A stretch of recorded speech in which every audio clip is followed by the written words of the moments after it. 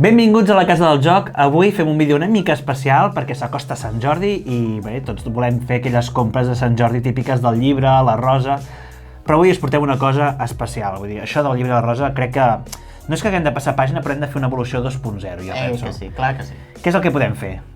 Podríem fer moltes coses. Podríem regalar, què sé jo, llaminadures, podríem regalar peces de roba, però nosaltres aquí no us parlarem de res d'això. No, a més, és de cultura la festa, això no. Ara. Anem a fer cultura, tu.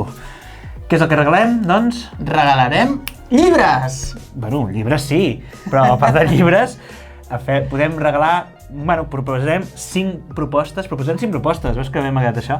Proposem 5 propostes de jocs de taula que poden fer una mica la substitució del llibre, d'acord? Llavors, si us sembla, doncs comencem a mostrar què és el que tenim. Mostrem-ho, jo no us he enganyat, perquè la primera proposta que portem, realment, és un llibre. És un llibre, sí senyor. Tots els jocs de taula aquests que tenen forma de llibre és l'element perfecte per poder fer un regal de Sant Jordi, perquè dius, mira el llibre, i dius, ostres, que guai, però l'obren i veuen que realment no és un llibre, sinó que és un joc de taula, i diuen, ostres, doncs molt millor tu, perquè encara doncs, podrem jugar amb el llibre i quedarà bé perquè molta gent es compra el llibre pel postureig, per tenir-lo allà al prestatge i no llegir-lo.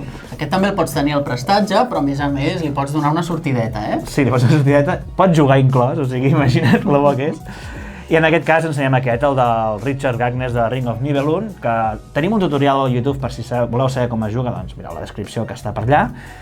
I a part d'això hi ha altres jocs que tenen forma de llibre, hem proposat aquest per ensenyar-vos-el, però tots aquests jocs que tenen forma de llibre jo penso que ho claven bastant bé. Clar, tu ens has portat un llibre en format de joc de taula. Efectivament. Jo et portaré un llibre en format de joc de taula. No qualsevol llibre, sinó... Un llibre en format de joc de taula? Exacte. Ah. El Petit Príncep. Què et sembla? És maquíssim, és preciós. El teu preciós. T'adora'l. Està una miqueta cascadet per les cantonades, hem de dir-ho. Sí. Perquè ja té els seus anys, aquesta edició probablement no la trobeu per comprar, potser sí, no sé, mireu bé les botigues de segona mà, però aquest joc funciona molt bé, nosaltres l'hem provat. És molt xulo. I com a joc funciona molt bé, a més, la temàtica està molt ben inclosa, està molt ben adaptat aquest llibre a joc de taula. A més, fixeu-vos aquí al darrere, doncs té un petit taulell per posar-hi les puntuacions. I realment el Petit Príncep és Fes-me un planeta, aquest joc està superbé. I no sé, és que no sé què més dir-vos perquè és meravellós. Surten tots els elements, els baobabs, els diferents personatges, les estrelles, la guineu, la rosa, i cadascú es fa el seu planeta i depèn de com el facis, doncs guanyes uns punts uns altres. Brutalíssim, vale? I dic que és un joc que es va fer pel 70è aniversari de... no recordo ben bé si era de l'obra quan es va escriure, de la mort de l'autor, però bueno, un 70è... Per commemorar. Sí, commemorar el 70è aniversari del Petit Príncep. Brutalíssim. Va, doncs, contraproposta que us faig, o proposta 2.0, o proposta complementària, el com li vulgueu dir, és... A veure, és que toca fer-ho, ja està. Jocs de Harry Potter, vale? Concretament aquest, que és una delícia, ens encanta, ens flipa, bueno, és un cooperatiu. Harry Potter, òbviament, per què? Pues perquè és l'obra juvenil que ha conquistat tota una generació, que ha fet que molta gent es fes lectora, i només per això ja val la pena fer-li un espai en aquest vídeo. Sí, és una petita oda, no? Una petita commemoració, diguem-ne, aquest factor literari que ens ha ofert Harry Potter a tota una generació, jo diria més d'una generació de lectors i lectores, i val molt la pena. Aquest de Hogwarts Battle. Sí, és un joc cooperatiu que fa els diferents anys, diguem, i llavors vas enfrontant-te als dolents del que hi hauria en aquella pel·lícula. En alguns no hi són, però bueno, te'ls fiquen igualment per reciclar les cartetes, i els personatges, depèn de quants anys avancen, doncs et donen els personatges ja crescudets i coses així. Està molt xulo, són tot de fotos, les il·lustracions, però bueno, estan molt bé. I què més dir? Una pregunta ràpida, Nico. Pregunta. Hermione o Hermione o Hermiona?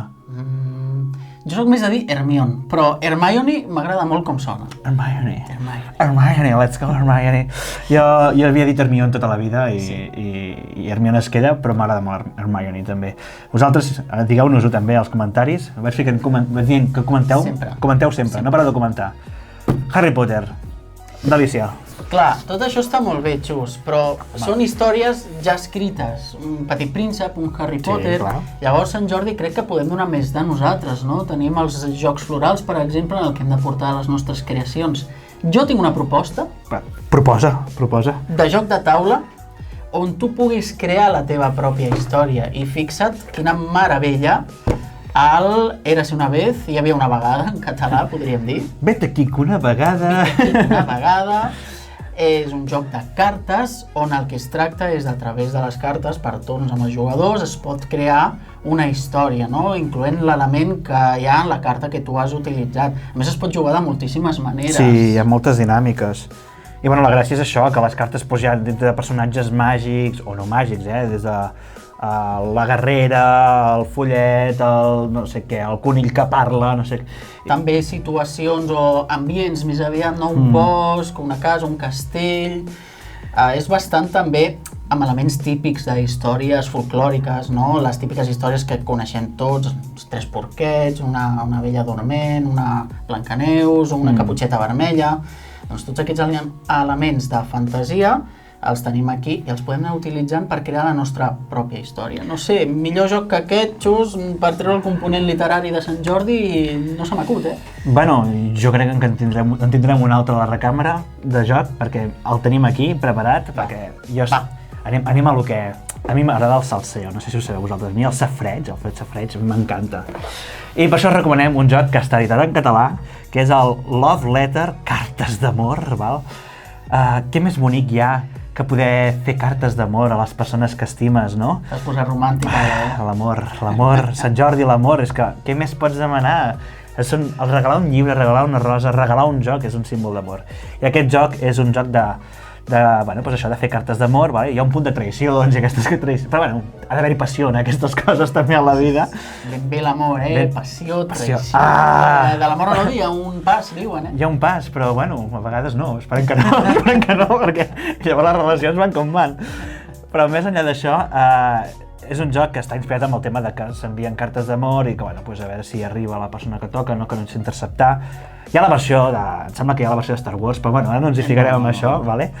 Però sí que és un joc que, bueno, per fer la cunyeta i és un joc molt ràpid, molt fàcil de jugar, s'entenen molt bé les normes i cada carta té una habilitat diferent i llavors has de saber atrapar el contrincant, de saber qui és. Al final has d'aconseguir eliminar tots els jugadors i cada vegada que els elimines t'emportes un punt i qui aconsegueixi una quantitat de punts és el jugador guanyador.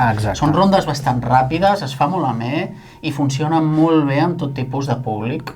Ara ve el bon temps, quan aneu a fer el vermutet o aneu de càmping o el que sigui, és el joc típic que el treus i mentre estàs fent la copeta va genial.